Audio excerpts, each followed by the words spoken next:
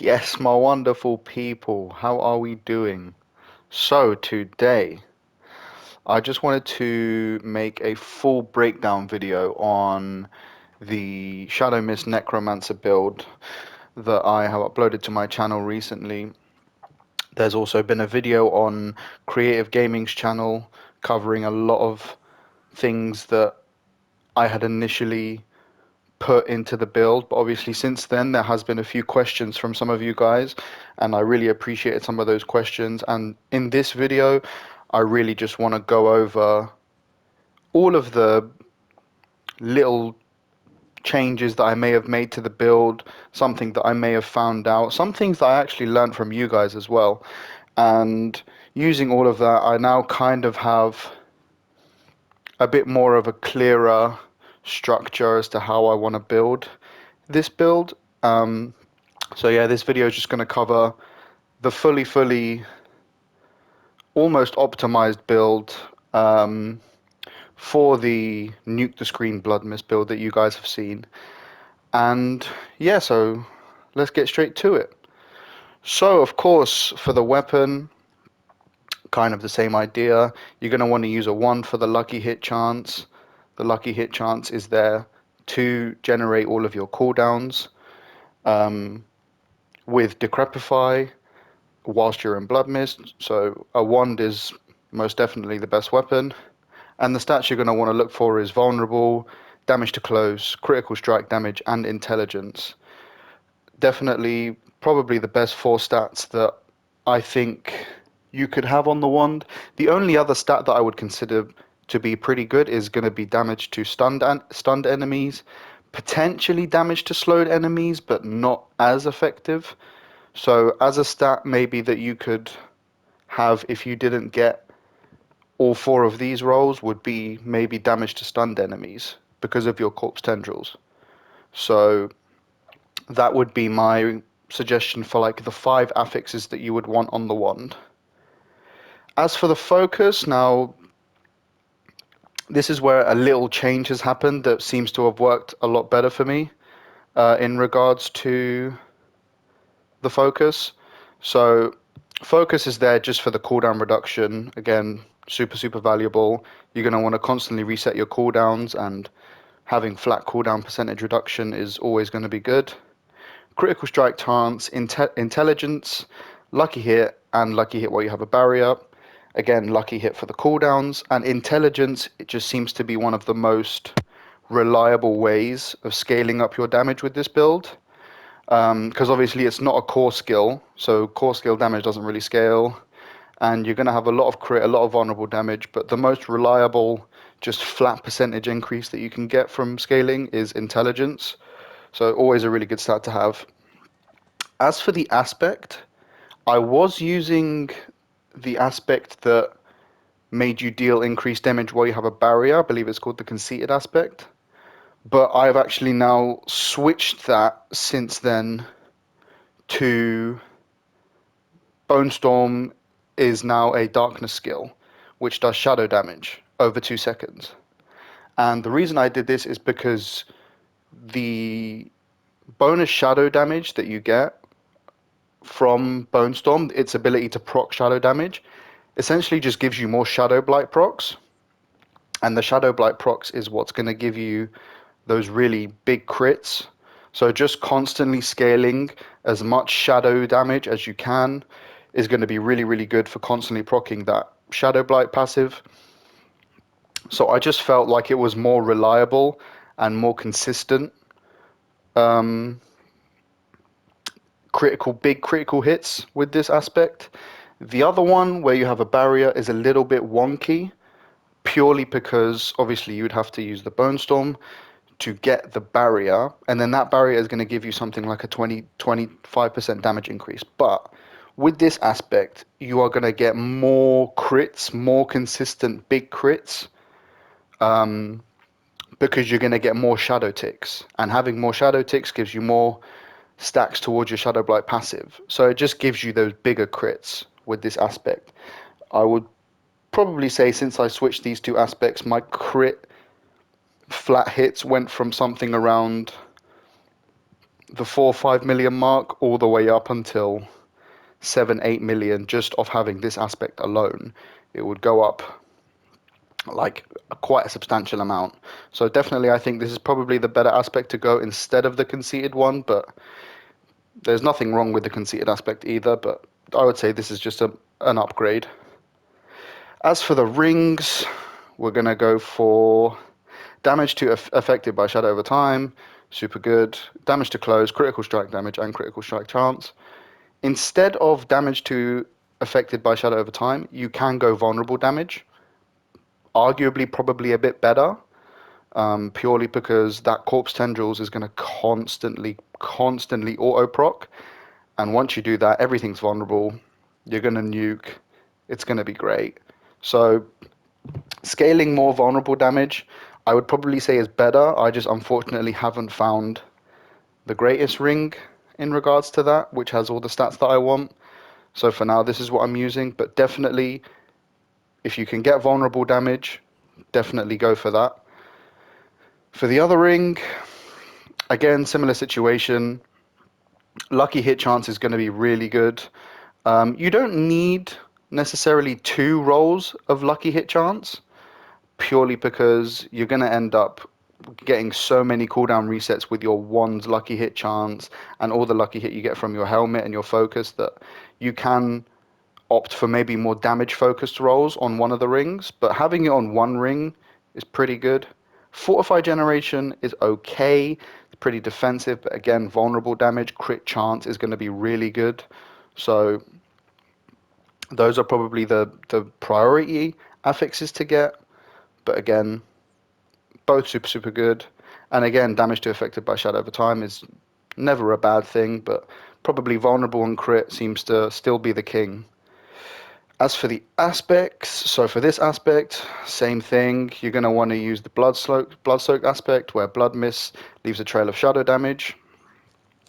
As explained in previous videos, which I will link in the description, this just gives you a lot of movement speed, a lot of speed farming potential, because it says your movement speed is no longer reduced while blood mist is active, so you're just going to zoom around the map with blood mist, and it gives you those shadow blight procs through leaving that trail of shadow damage. So pretty essential aspect, I think, as has been covered.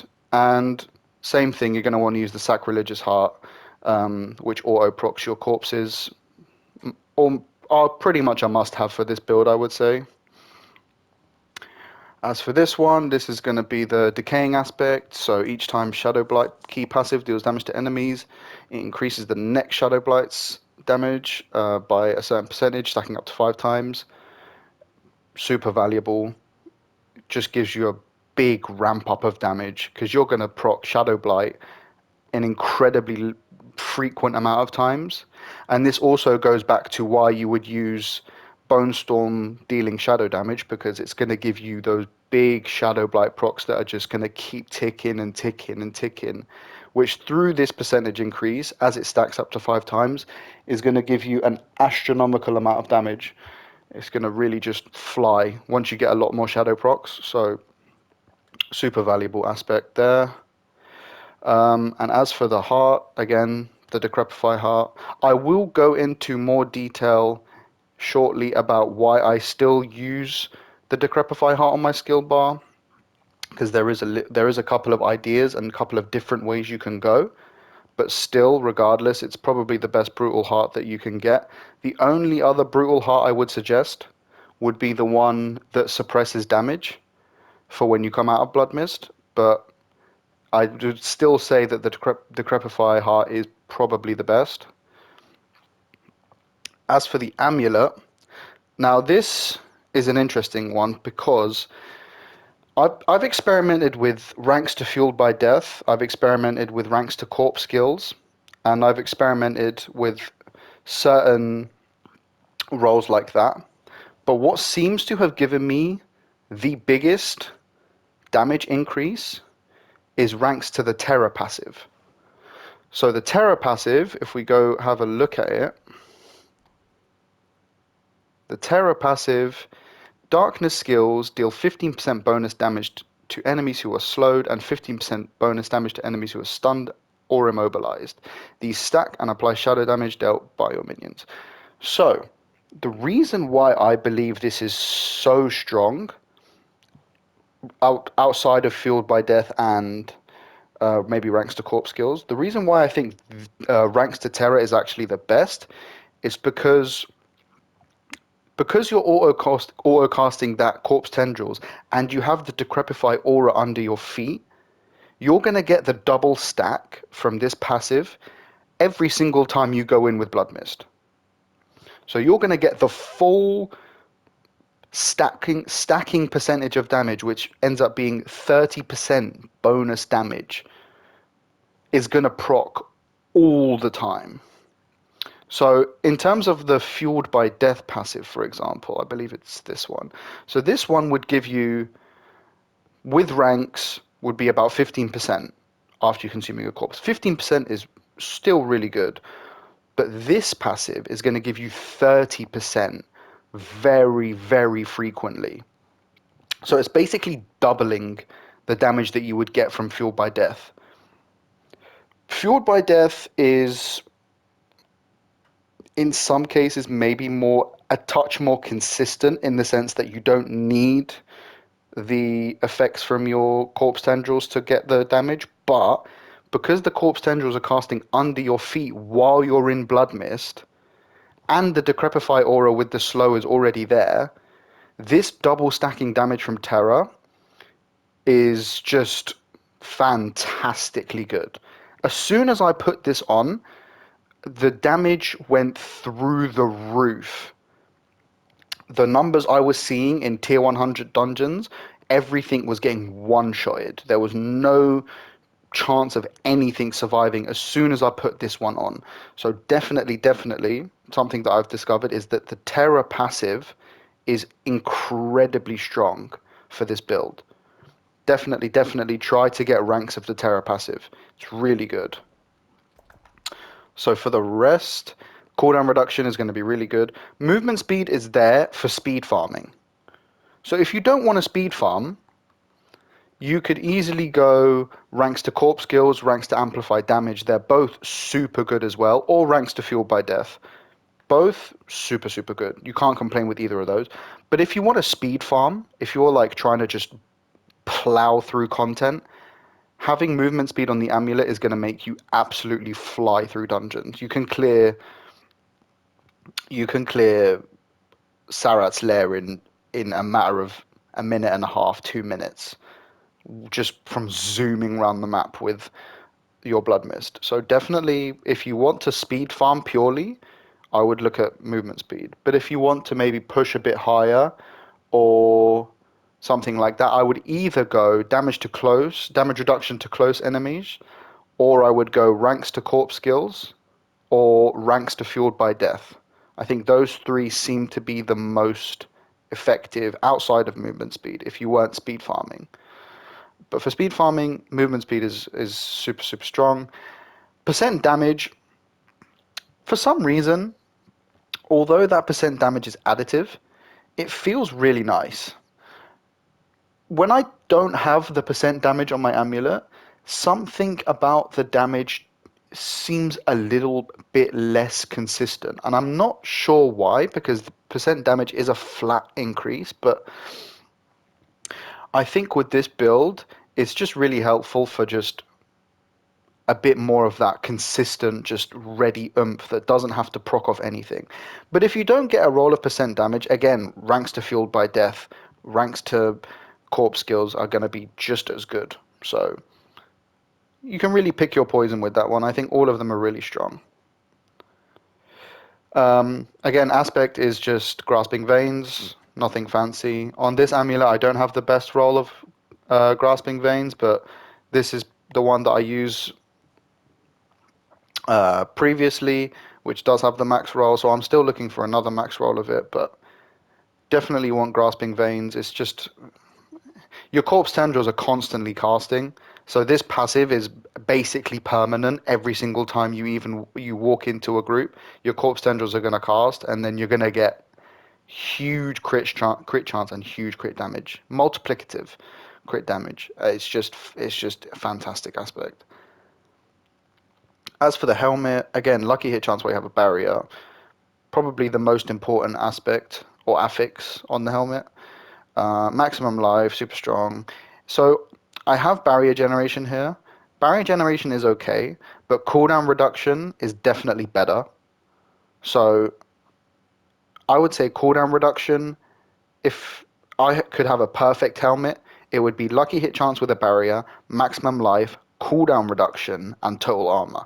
That would be, in my opinion, probably the best helmet. So if you can get cooldown reduction instead of barrier generation, that's going to be super strong.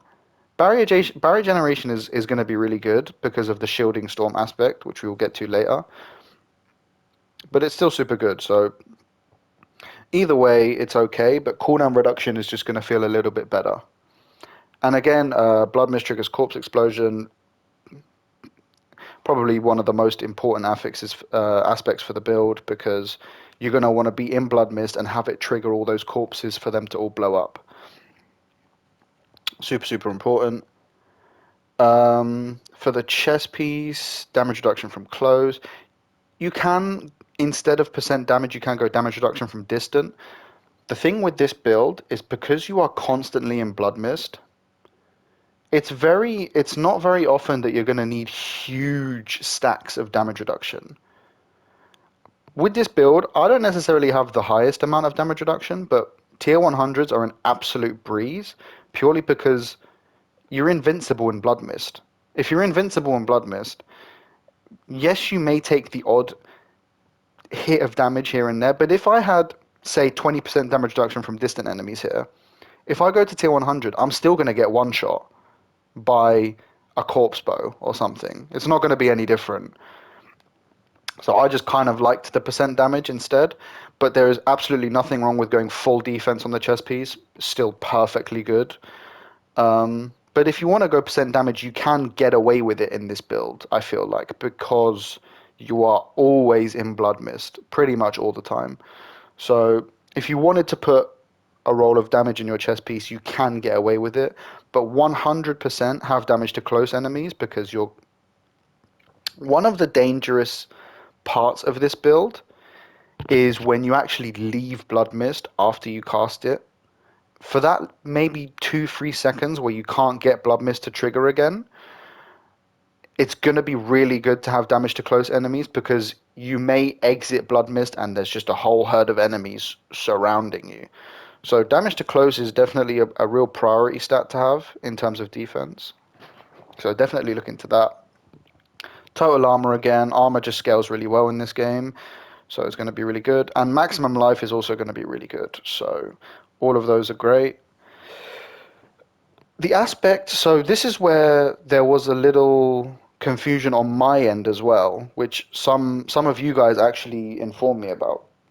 So, oh, I beg your pardon. I completely forgot something. Of course, we're going to use the Barber aspect, as has been shown before.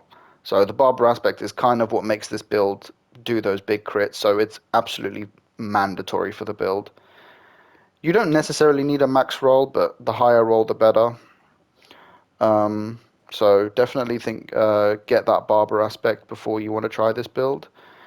You can use this build without Barber, but it would then require you to stack less into crit damage and more into damage over time because it seems to work a little better. I will make a separate video about that, but for this specific build, with the focus on crits, you're going to want the Barber. Right. So, back to this aspect of the Shielding Storm. Barber, prior to patch 1.1.1, actually used to negate Shielding Storm. I didn't actually know this. What was happening prior to this patch was that Shielding Storm would only give you one instance of a barrier. It would not scale. So essentially, you would trigger Bone Storm, and you would go in, and you would get that one instance of a barrier, but that barrier never scaled because the damage would freeze. So you would not get that real big barrier increase. Now that has since been fixed. So I actually took this aspect off before once I figured that out. But now Shielding Storm works perfectly fine with Barber. It's going to still work.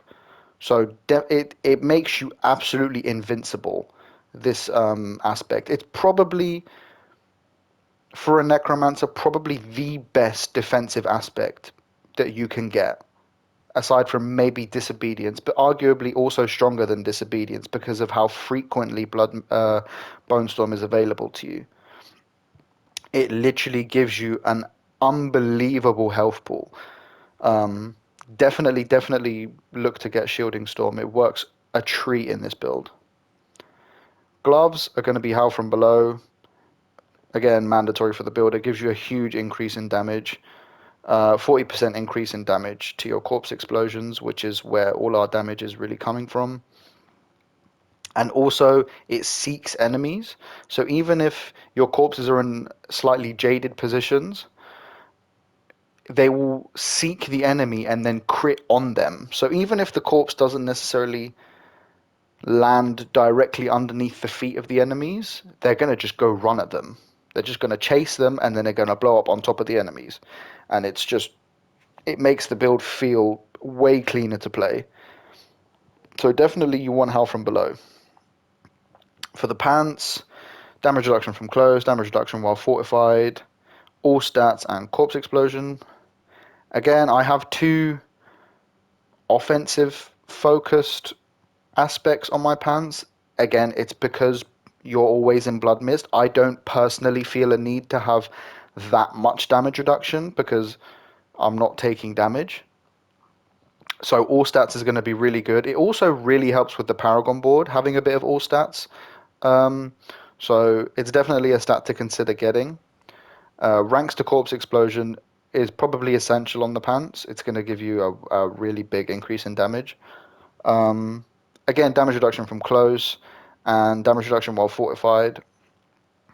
You are going to fortify from the necrotic carapace from your skill tree, which we've covered on Creative Gaming's channel. So if you want an in-depth look at the skill tree specifically, um, I will leave a link to his video in the description. This is just kind of a top-up video on all the things that I have since changed since that video. Um, so yeah, I will leave a link to that video in the description for like a general overview of as to what you need for the build. Um, Aspect of Disobedience goes without saying. Fantastic aspect. It gives you so much survivability. It's going to be really good just for defense. For the boots, ranks to corpse tendrils. See, ranks to corpse tendrils, funny enough, is actually not that important because it's going to auto cast for you, and that cooldown reduction that you get from ranking it up, it doesn't really feel worth it. So I would probably say don't get ranks of corpse tendrils and instead look for something like all stats. That's going to be really good. You can also get damage reduction while injured, which is okay, but probably all stats is going to be pretty good for the boots. So I would recommend that instead of corpse tendrils. Intelligence, it's just super good for damage. Movement speed while killing an elite, and movement speed in general, again. And as for the aspect, you're going to want the Ghost Walker's aspect. This says, while you're unstoppable and for 4 seconds after, you gain a percentage of movement speed and can move freely through enemies. Blood Mist makes you unstoppable, or for a better word, invincible, which is going to be super good for movement speed, but also when you leave Blood Mist, the ability to move freely through enemies is fantastic. Just to give you a bit of breathing room to escape maybe out of a huge crowd that is just lumped on top of you. So Ghost Walkers is probably the best aspect that you can get for the boots. And that's going to be all for the gear and any gear changes. So, Book of the Dead, all the Book of the Deads are the same.